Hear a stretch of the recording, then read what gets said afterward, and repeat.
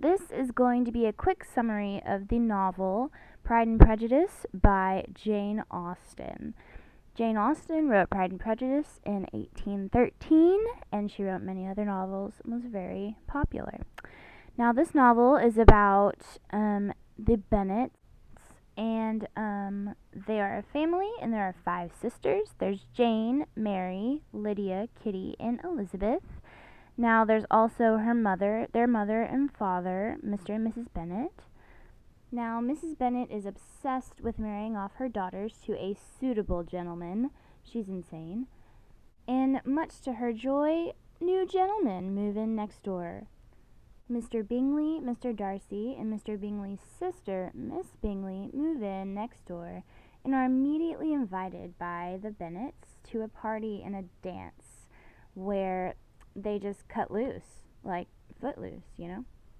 Now, at the party, the youngest and wildest of the Bennet sisters, Lydia and Kitty, get freaking lit, dude, and Jane, the oldest, dances and falls for Mr. Bingley, who also falls head over heels for her as well. Spoiler alert, I'm sorry. Meanwhile, Elizabeth encounters Mr. Darcy, and to say the very least, they don't get along. Mr. Darcy, however, is harboring secret feelings for Elizabeth. Again, spoilers, I know. Although Lizzie and Darcy don't hit it off right away, Jane and Mr. Bingley certainly do, but that doesn't last very long, because Miss Bingley is a total hoe, she convinces Darcy and Bingley to move out, which results in both Jane and Bingley being terribly sad. Now fast forward, and we are introduced to Mr. Wickham, whom Lizzie develops a little crush for.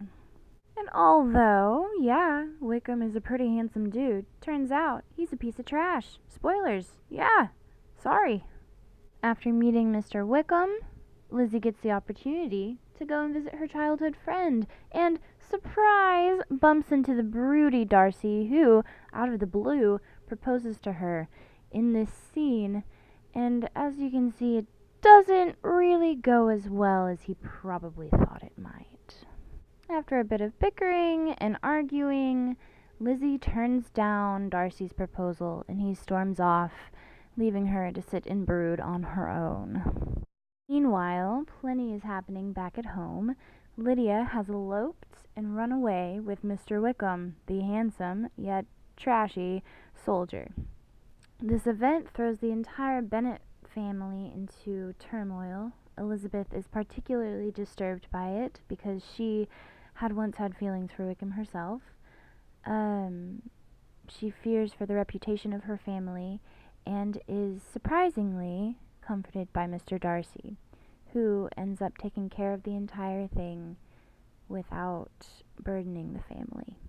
Mr. Darcy writes a letter to Lizzie apologizing for his brutish proposal and telling her that his feelings had remained the same if hers were to change at any point. All the while, Jane and Bingley have been separated. They both continue to have feelings for one another. As the story begins to wrap up, Lizzie ends up visiting Darcy's home and realizes she has feelings for him while she's gazing at sculptures of his godlike face.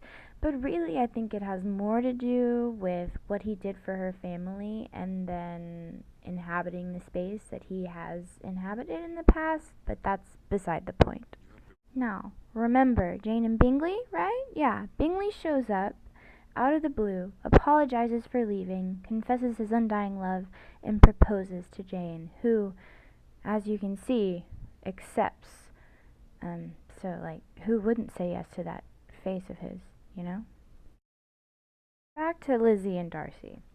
So despite the opposition, they are met with by Darcy's aunt, who is a total hag and thinks that Lizzie isn't suitable enough for Darcy.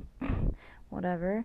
Darcy seeks her out and tries proposing once more, and this time he receives a much better reaction than he did the first time. So she said yes. And that's the end, really. So everybody gets a happy ending. you know, except for Kitty and Mary, but, you know, who really cares about them?